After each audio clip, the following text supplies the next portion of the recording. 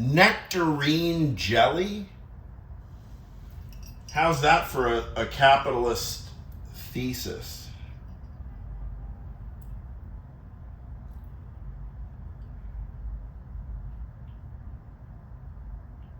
Premium cold cure rosin.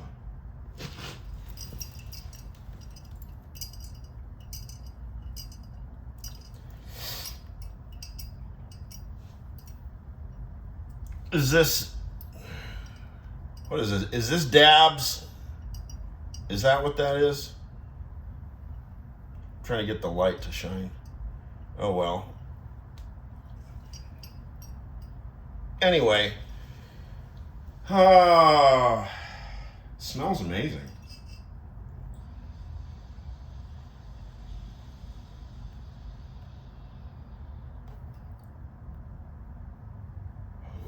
And that it's interesting because the rosin is like dense stuff, and so you put it on top of the pulverized herb, and when it lights, it's like, you know, it bubbles, and then it just sinks into the herb like it's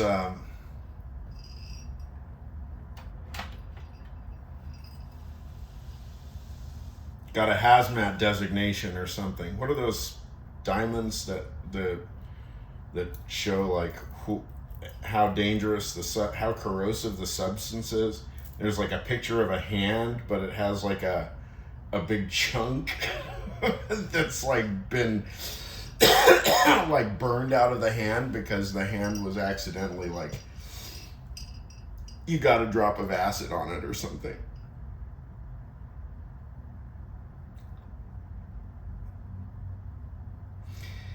Well, it's a strange way for a philosophical thesis to find its genesis on YouTube. But it's really starting to look to me like I've got a thesis, and it's surprising to me. And I don't really know how exactly to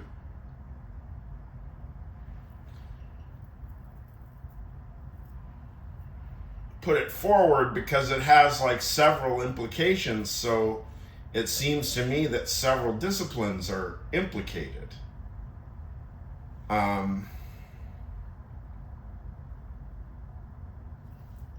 It's just what I've been talking about in the previous videos.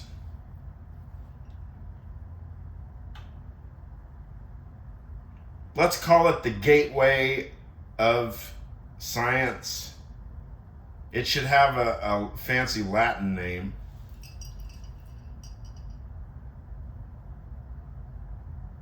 Foundation of science sounds pretentious and beside the point.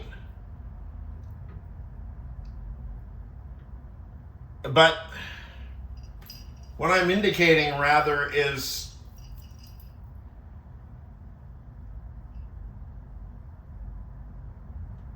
a fairly precise notion of the location of the division.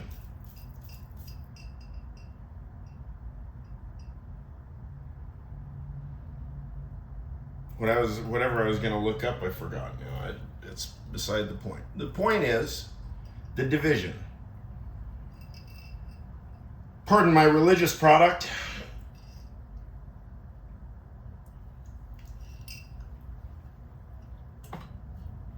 I tell you, Red Bull probably gives Coca-Cola red for its money. Don't let me digress.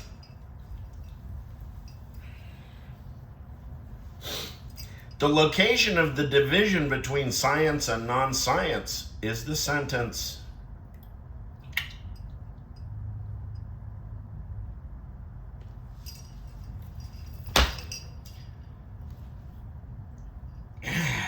Come on, Graham Priest, Hartree Field.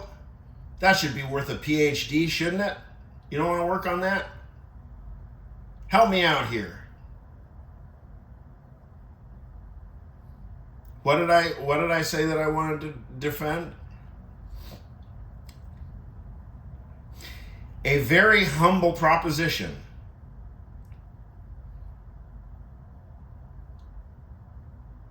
Look, even though now, because I'm gonna send this to Field, Yablo, and Priest, you guys probably are annoyed by me, and you're justified.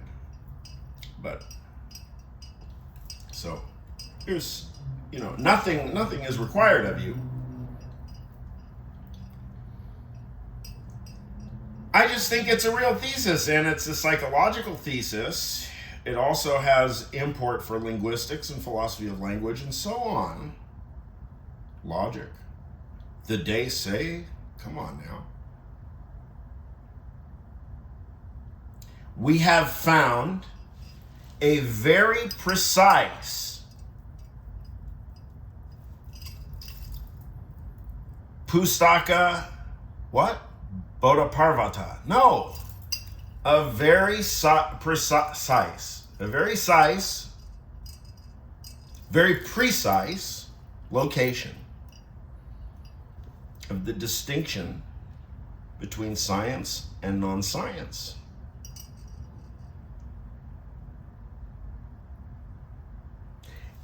And I proudly proffer and risk the assertion that it is the sentence as such, somehow, that marks the distinction between science and non-science.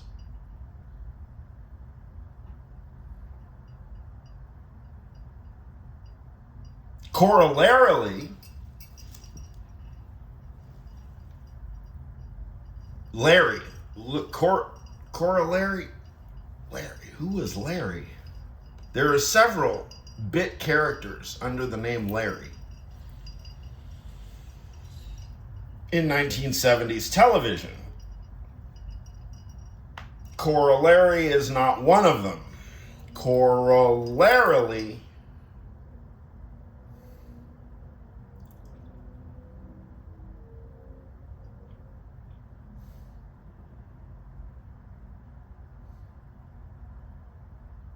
it means that because of the fact that we use sentences,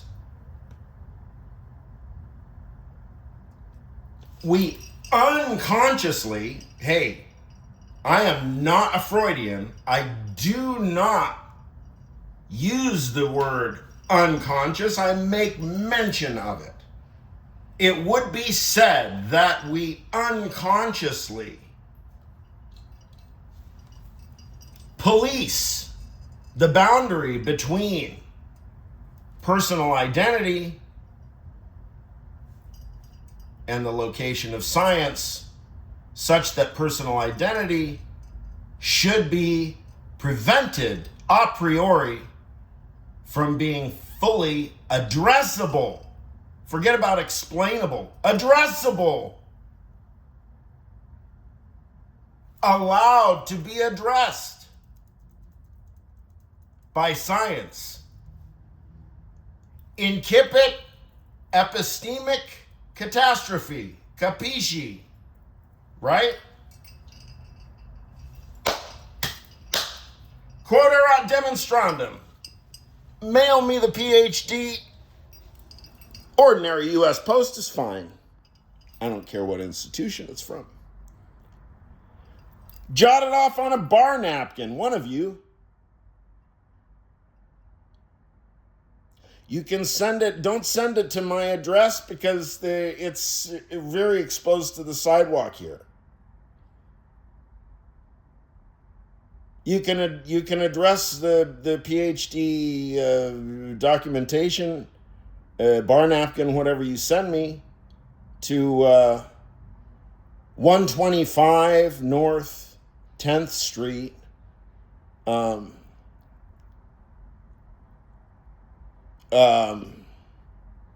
make sure to write my whole name, and that's in Brooklyn, 11249. Yeah. I don't care what it looks like. You don't even need to frame it. Just enclose bar napkin, right? Yeah. Okay, Dimitri. Yeah. Yeah. Yeah. This certifies that Dimitri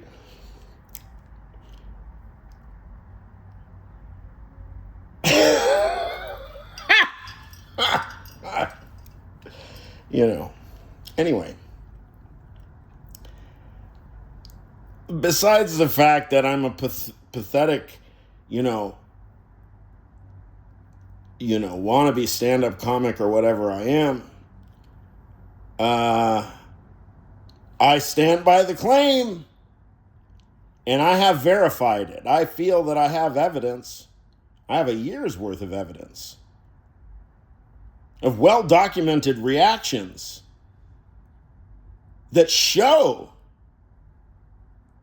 individuals, a diversity of individuals, conspicuous knee-jerk reactions to the idea that the very sentences that they've been using their entire life to express themselves is constantly opening their own identity onto the wider, great world of empirical science as such. And there is something, I think, about the human psyche or soul or spirit that finds that utterly distasteful and perhaps nihilistic and a number of other things.